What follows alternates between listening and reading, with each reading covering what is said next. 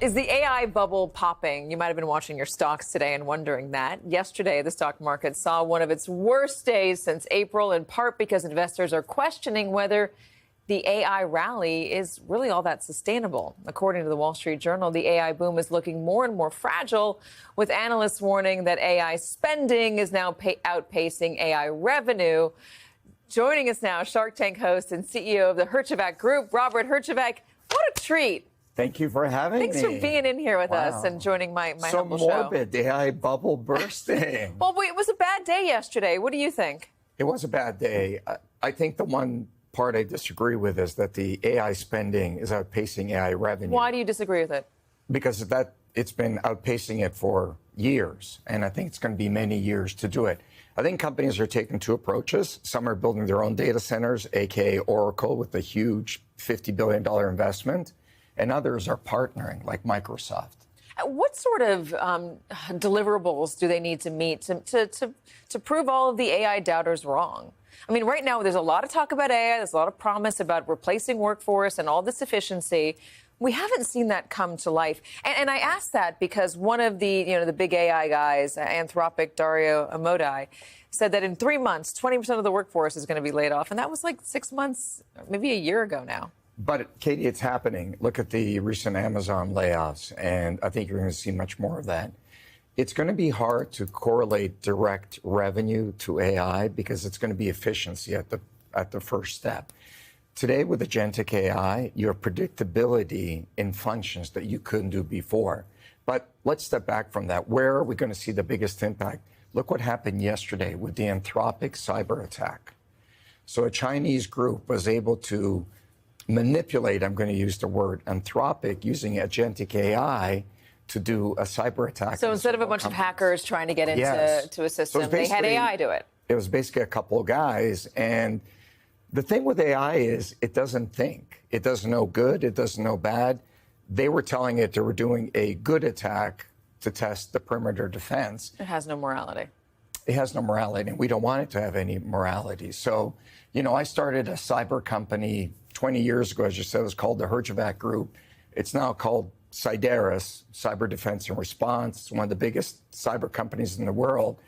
And I used to say we work in the age of the internet time.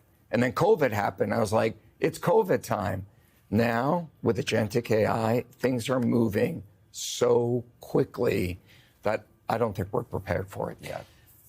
If we're not prepared for it yet, what's going to happen? I mean, we see the stock market that's, teetering a little bit. There's concerns about it. What if the stock market bursts? That's one question. And then secondly, if AI does deliver on all of these promises, how are we as a society better off?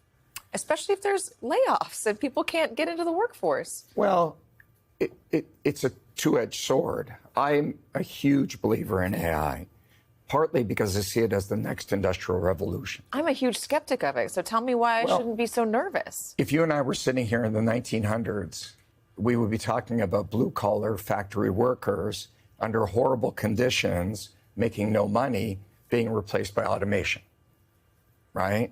Today, we're talking about AI that's going to free a lot of people in order to do high-value tasks. Now, if you're a white-collar worker today, and you're doing middle-level management, I got news for you. You're in trouble. So what will you do in the future?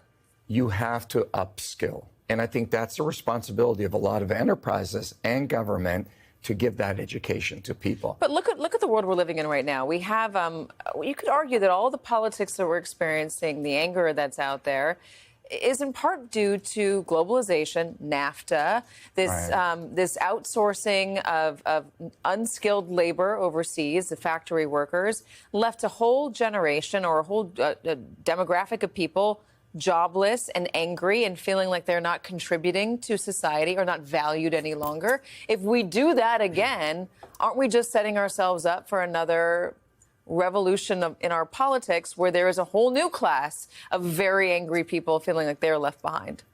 Every major shift creates victims, and every major shift creates opportunities. And I think what I would say to people is you have to take a responsibility to be on the right side of that. It's not that there isn't opportunity. I think that the anger is people feel there's an opportunity for them, that the American dream isn't alive for them. And I think part of that is the gap between great wealth and most people is just widening.